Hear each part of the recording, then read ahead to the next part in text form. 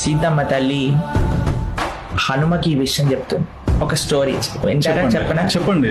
హనుమ సీతమ్మ తల్లిని కలవడానికి వచ్చినప్పుడు, అమ్మా ఏంటమ్మా నీకు ఈ కష్టం సీతమ్మ అంటే, సీతమ్మ అంటుంది, నేను ఒక తప్పు చేశాను హనుమ, అందుకోసమే నేను ఈ కష్టాన్ని అనుభవిస్తున్నా అంట.